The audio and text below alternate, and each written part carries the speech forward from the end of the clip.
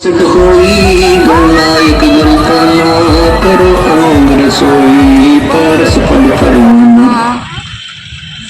आदि गणेश मनाओ गणनायक देवं देवा चरण कमल लाऊं आगंत करूं सेवा क्रम शक्ति संगीतम रिद्धि सिद्धि दाता सोई अविगत गुण अतीतम सत्य पुरुष निर्मोही जगदम्बा जगदीशम मंगल रूप मुरारी तन मन अर्पों से भक्ति मुक्ति भंडारी सुर नर मन जन ध्यावे ब्रह्मा विष्णु महेशा आज गणेशा इंद्र कुबेर सरीखा वरुण धर्मराय झावे समर्थ जीवन जी का मन इच्छा फल पावे 33 कोटि आधारा दावे 88 उतरे जल पारा कट है यम की फांसी 33 कोटि आधारा दावे 88 उतरे जल पारा कट है यम की फांसी कर जोरों विनती करूं चरण पर शीश गुरु जी राम देवानंद जी महाराज ने दियो नाम बख्शीश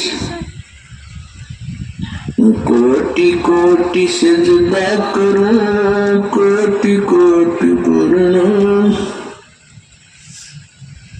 चरण कमल में लोग ये मानेंगे नहीं क्योंकि इनको ज्ञान ही नहीं है।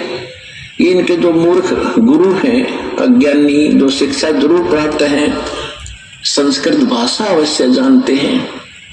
अब देखो पुण्यात्माओं इस शिक्षा ने कैसा नाश किया है। ये हमारे धर्म गुरु जितने भी थे ब्राह्मण लोग थे इनको ही शिक्षा ग्रहण करने का अधिकार था और शिक्षा किस लिए ग्रहण करने का अधिकार दिया था कि तुम सदग्रंथों को पढ़ो उनको समझो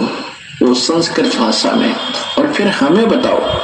हम धर्म कर्म ठीक करें अपना कल्याण करवा लें। और गीता में भी ऐसा लिखा है कि जो विद्वान लोग हैं वो विद्वान लोग सदग्रंथों को पढ़कर अविद्वानों को सुनाएं। अविद्वान माने क्योंकि ये विद्वान मानते हैं जिसने शिक्षा है अक्षर ज्ञान है और अविद्वान कहते हैं जिसने अक्षर ज्ञान नहीं है उनको सुनाओ। और यदि अविद्वान यानी अनपढ़ अक्षर रहित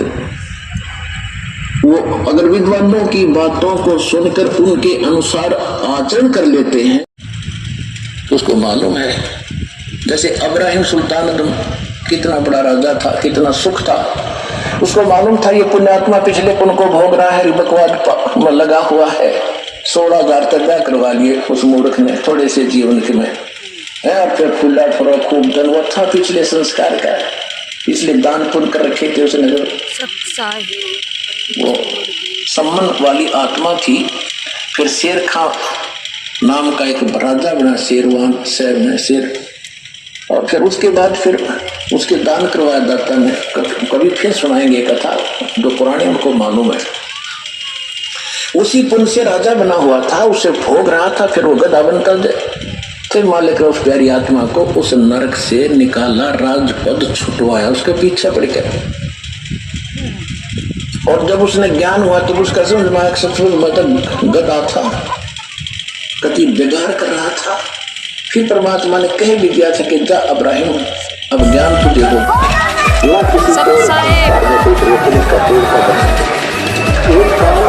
भगवान काल है जो यहाँ का मालिक यहाँ तो समय निर्धारित है ये भी समय भी काल कहलाता है।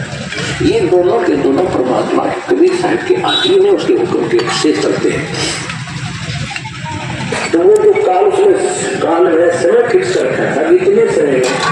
ये तपस्या पर भूलकर सभी प्राणी अपना गंध इसमें छोड़कर अपने आप उड़ जाते हैं वहां से निकल के एकदम जम पाता है और ये वैसे में संदेशन लेकर आया है मुझे कोई और सजा सुनाओगे मेरे से गलती जरूर जो कराएगी या बकवास देकर रखी है। फिर भी हिम्मत से करके पूछा और कहा